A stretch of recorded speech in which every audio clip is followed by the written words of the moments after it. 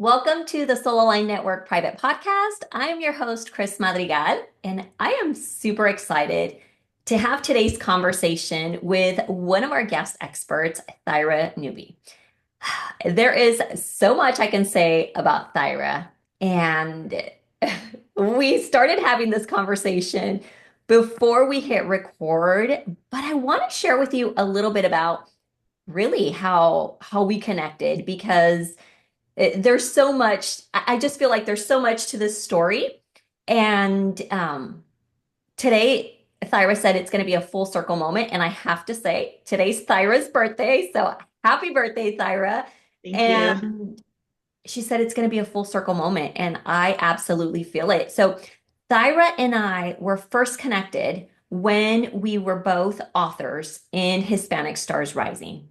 So we were in this book together. I connected with just about all the authors, but there was something about Thyra that stood out in her story. And so we connected. That then led to Thyra sharing more of her story in the book, Transforming Pain into Purpose. We've also had the opportunity to work together where I had a chance to hear more of her story, which is such an incredible story.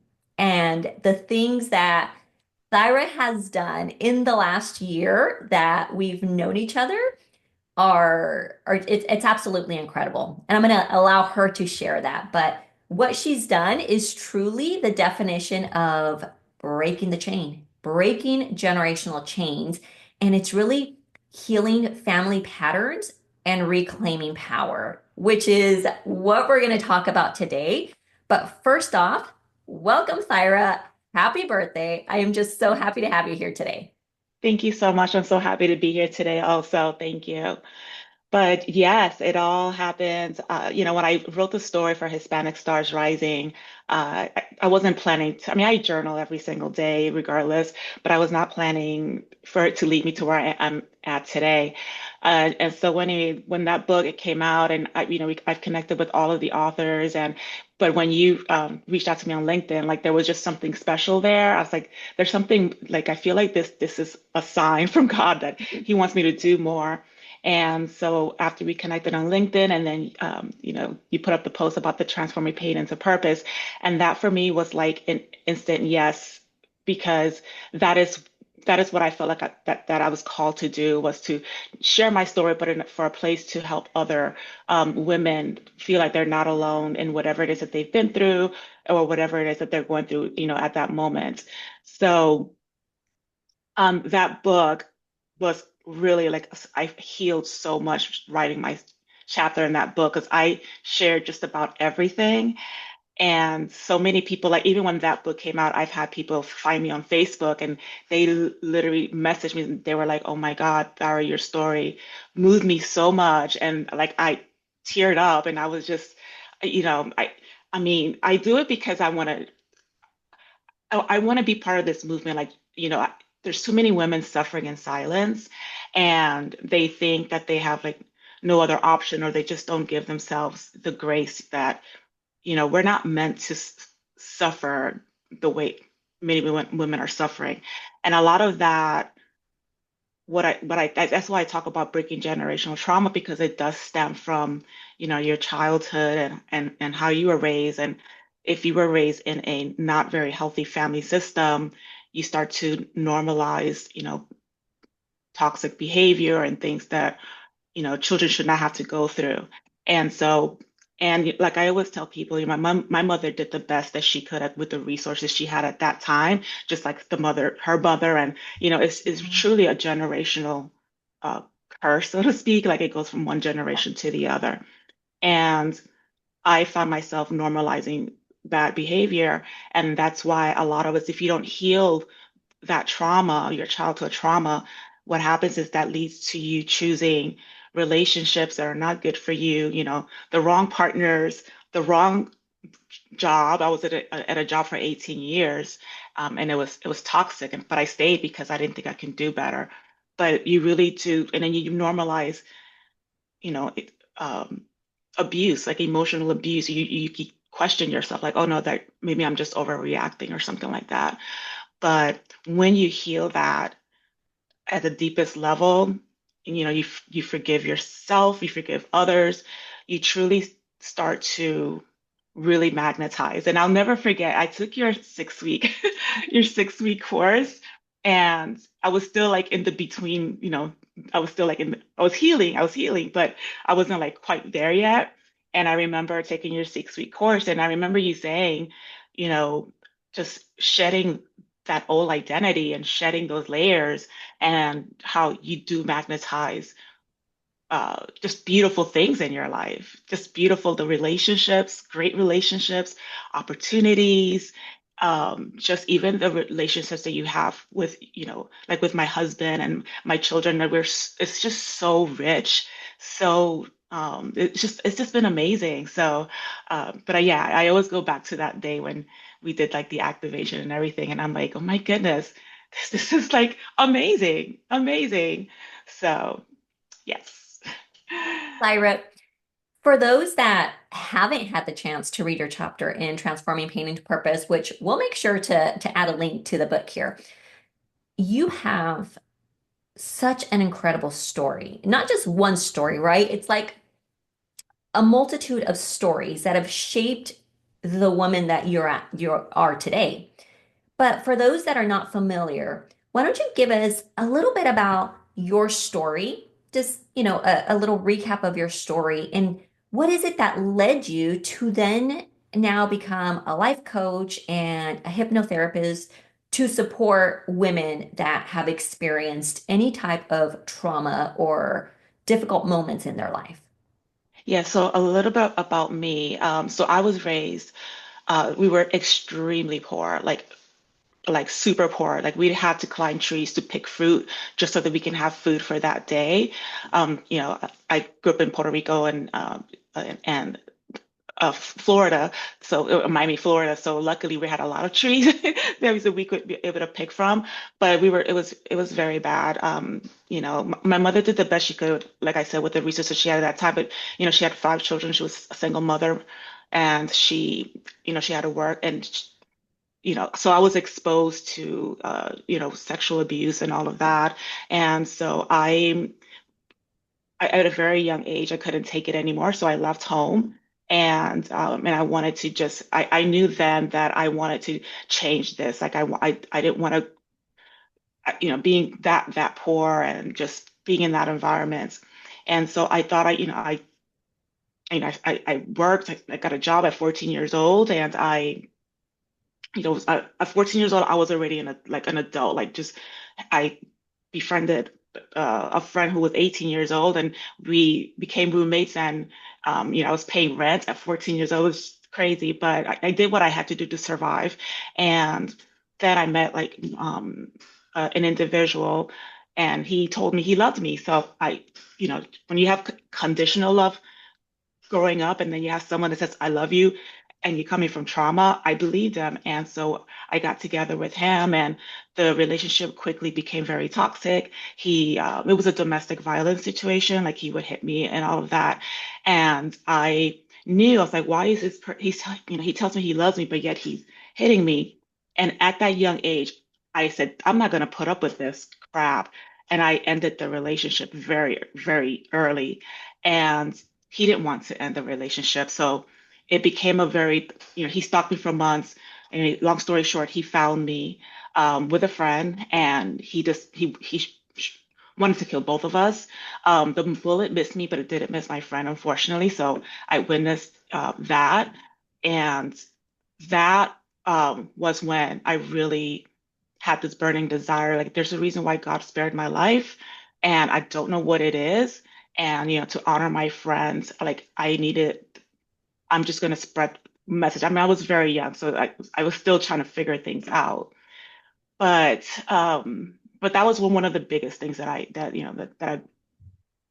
knew that I needed to um, reach as many women as possible, to let them know that your first love should be yourself. Like, you should love you more than you love anybody else.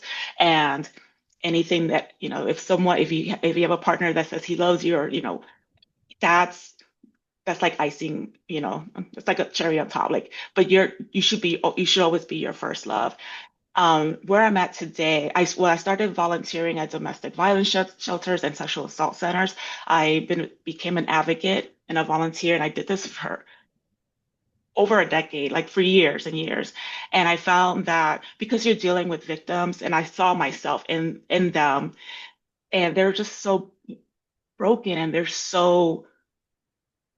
they really truly believe that they deserve that type of punishment. And so being around, working with victims for so many years is the reason why I became a hypnotherapist, because I think when you're a child, you're like a sponge, and you just take in all this, you're like an open book. Like how do I say this? Like you just try to normalize the bad that's happened to you.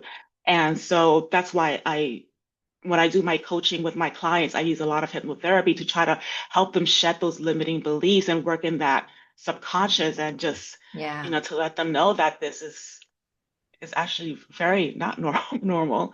So, and the life coaching, it just came natural. And it came through, like I said, when we first met, I was not planning to do that, but it was just the calling, and things the way they fell. It was just meant to be, just meant to be. So I'm like over here just really celebrating you, Thyra, because Thank you. of you allowing yourself to really continue to follow your calling. I mean, we haven't even gone into what is coming up for you, right? All the beautiful things that you've already done, the stages that you've been in to really share your message. And the people, the women that you're impacting, every time somebody hears your story is just, it's just one other person that gets to heal, even if it's one part of their story, right?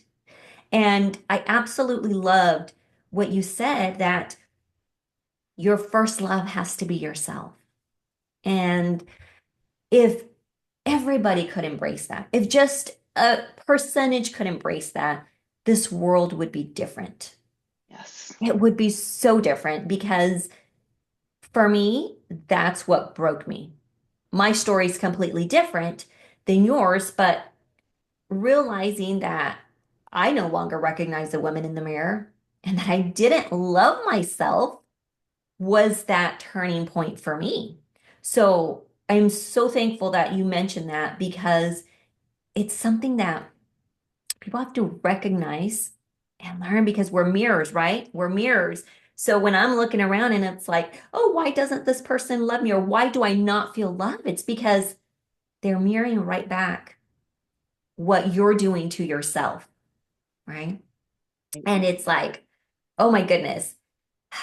Thank you for sharing that. Thank you for touching on some of those points because there's so much to your story. But I want to talk a little bit about just like toxic family systems, right? Because I know this is something that you speak about as well. But for people that maybe are in the middle of it, what are some subtle ways that a toxic family system programs you to believe that you are the problem? When in reality, you're the healer, right? You're the one that's here to break these cycles. But tell us a little bit about that. Yeah, so for the person in the middle, I see you. It's you have to be real with yourself. You have to be truthful with yourself. A lot of times you don't want to be in denial. Yes, your family is not healthy for you. And like I said, it's a generational curse. They it's not that they don't know what they're doing. They do, a lot of them do, but you have to be real with yourself, and you have to grieve what you wish could be, and you have to go through that. But once you grieve what you wish could be, you're going to make space for what can be. And it doesn't mean you don't stop loving your family. I love my family very much, and I'm always going to love them, and you should too. But you have to be real with yourself that at the end of the day, you're not too sensitive. It is emotional abuse, gaslighting or they're forcing a role on you that was never yours to carry. And the truth about the the scapegoat or the black sheep or whatever you want to call it, they are the ones that they're the first ones to see the patterns of the behavior that's not that's abusive really, and they're the ones to speak up. And what happens is the family's going to really try hard to keep you in the role that they assign to you. So it's not true. You're not that role that they gave you. You are meant to shine. You are meant to live a beautiful life in this world, and you have to trust yourself. Your your family of origin, the truth part of it is that we're not always meant to be with them for the rest of our lives. It's even biblical. Like we're meant to, you know, live our own lives. Our life belongs to us. Our choices belong to us, not to anybody else.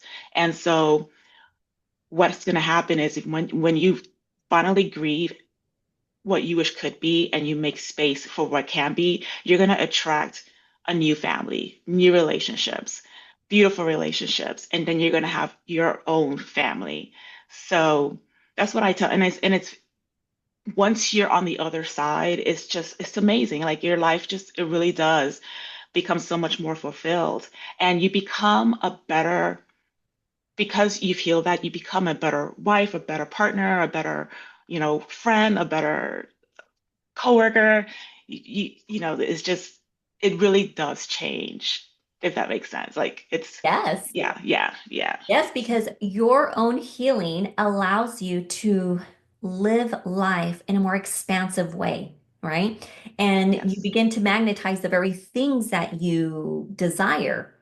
And so by default, it's also creating a ripple effect in your family. Now, that ripple effect can be twofold, right? Like you and I have had this conversation before. It's like it can either elevate people to say, like, yes, what are you doing? Because I want some of that too. Let's go. And to me, that's kind of like the immediate family that, in your own household. If you have a great relationship, it'll only amplify it. But then there's moments of those that are still maybe your close friends or family that it's like, uh, I don't, I don't recognize that person.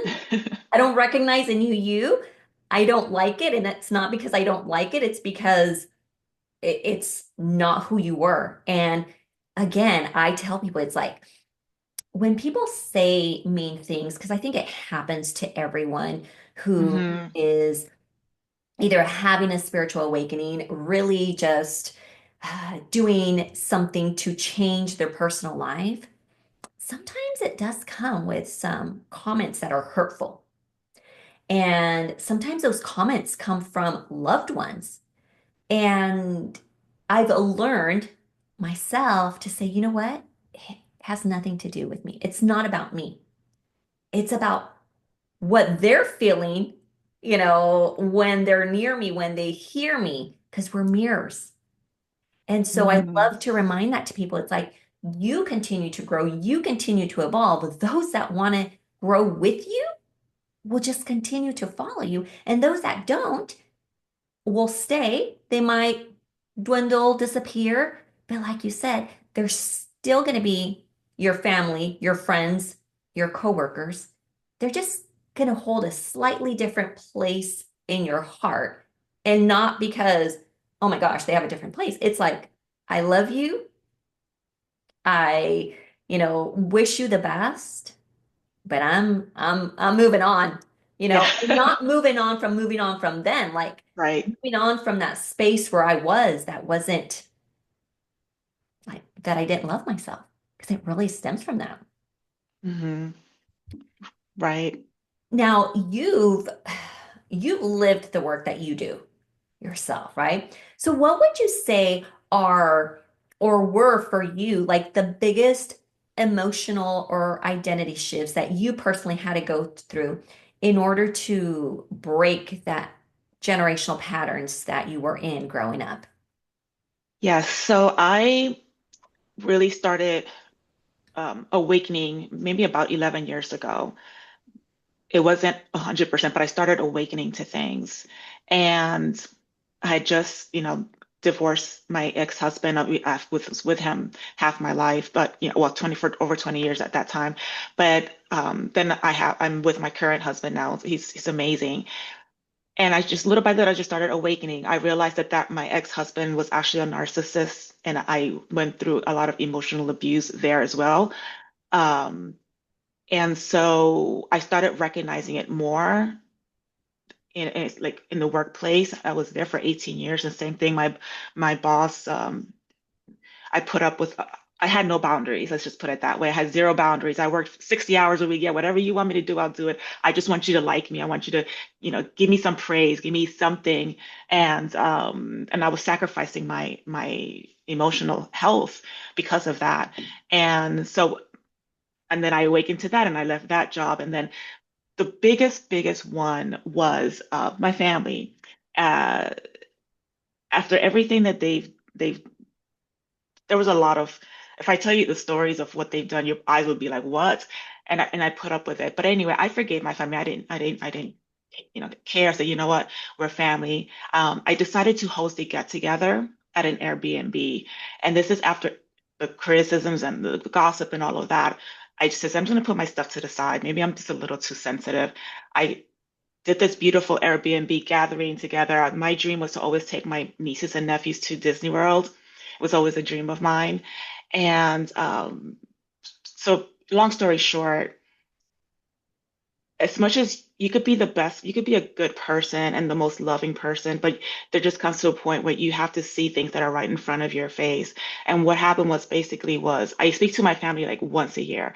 They hijacked my Airbnb and basically ganged up on me to basically say that I have problems, I'm unstable, and they're doing this in front of my husband and my best friend and my stepson, and they were all looking at my family, and they were just like, "What is going on?" I mean, it was literally like an attack on my character, and that's the biggest aha moment. And I didn't fight back. I just, I was like, I only speak to you guys once a year, and I'm an extremely private person. I don't share my life with anybody. And that's when I had to do my own grieving. As much as I already awakened, I have a great job, I have the great husband, I have beautiful relationships with my children and everything. From the outside, I had it all, but that was when I had to realize that I had to grieve, and it's because family is part of your identity. So that one it was difficult. It was difficult. I'm Yeah. not going to lie, but it was extremely worth it. And that's when my identity completely shifted. And that's when the reason why I'm here today, the reason why I write the books and speaking on stages and just sharing as much as I can, because I want to help people save decades of their life. Um, you know, Live a better life earlier. Not don't wait till you're my age to you know to live your best life. So that one was a big one. So, And it's huge because, like you're saying, you went out of, your way hosting this beautiful event that somehow turned into a personal attack. And I always think, wow, what is this moment here to teach me, right? Because I think when people look at their lives, everybody can pinpoint certain moments in their life that were like, that's it. Like, this had to happen in order for me to wake up to see how things actually are. And I can either choose to continue down this path that I already know or choose to break that. Like, it ends here. You draw that line, it ends here. You can continue being that way. I'm no longer open to receive it.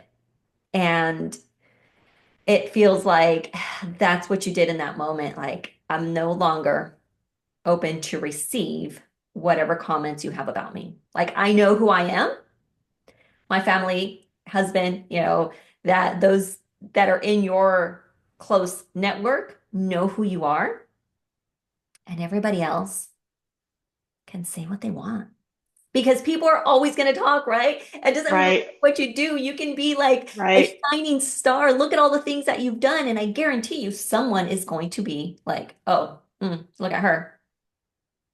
And you right. and I have been, I mean, our relationship has evolved, or our connection, I should say, and we're in similar spaces together. And in fact, yesterday we were on a call together talking Mhm. about like really just showing up as who we are unapologetically. And sometimes there's that little voice, right, that still says, oh, what are they going to think? Who are, and it's like, well, whoever they are, right? Right, They're right. still going to talk. They're still going to say stuff. And it also made me realize over time that how much I've held back from sharing a lot of things. Sharing my celebrations, my wins, because I didn't want it to come across like, oh, she's bragging, she's boasting. But you know what? If we don't toot our own horn, if we don't celebrate ourselves, other people aren't going to do it. Because if it's not a big deal for you, why should it be for someone else? And that hit me, recently when I'm like, I've been contemplating, like, why do I not celebrate as much as I thought I would be celebrating? Like, this is huge. And different things came up with that. But one of the thoughts that came to me, it's like, if I'm not celebrating it and making it a big deal, well, then why would anybody else do it? And it's not to be like, look at me, look at me. It's like that true, genuine love for yourself. Yes, yes. Absolutely. I love it so much. Yeah, yes. Yesterday was it was such a great message. And that's what I'm doing myself now is I'm celebrating it. And if my family they don't want to celebrate with me, then that's okay. I'm not responsible for their actions or emotions or happiness or any of that. They're adults. They're responsible for themselves, and I'm responsible for me. And and yeah, never dim your light for anybody. Never, because you dim in your light just so that you're trying to make your family comfortable, or you don't want them to talk about you. They're going to talk about you regardless, especially the higher you elevate. I'm Yes. elevating and I'm making money in the process. They're not they're not going to be happy because they are not, they can do it. They can do the same thing that I'm doing. I want them to rise, just rise, and let's rise together. But it's they, when you shine, it kind of puts a flashlight on where they're not. But that's not the reason why we're doing it. We're doing it, like you said, because we love ourselves more, and we want to share our stories with however million women out there to know that they are not alone. And if there's a sisterhood there, and it doesn't have to be related by DNA. And but yeah, I'm right there too. That I'm gonna be, I'm just showing up more often and posting on social media. And I hate social media. Like there's no tomorrow. I can't stand it. But yeah, I'm not afraid to say, yeah, look what I did. I was on stage. I was on stage, and this was, for TV, and I'm Tell gonna. us about that.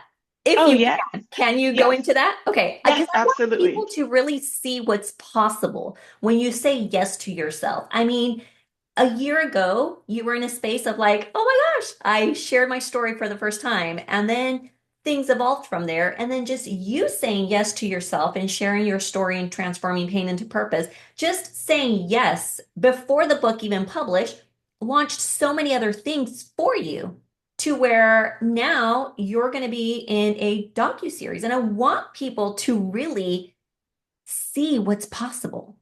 So tell us just a little bit about that so that people can really see what you've been able Yes, to accomplish in a year.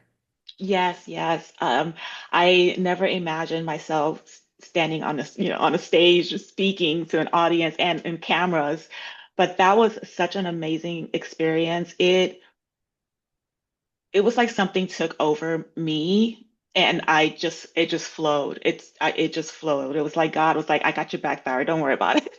Um, and I and to see the audience being moved and to see, just the tears and people coming to me after that, like, oh my God, like that it just, that takes a lot of courage. But even the producer, one of the producers, she was like, she's like, oh my God, thank you so much for talking about that because it's not talked about enough, and it's not about bringing up trauma or anything like that. It's about healing. That's what it really was about, healing, and to know that whatever it is that happened to them as a child is not their fault. But I said yes to that opportunity, and it just opened up so many doors.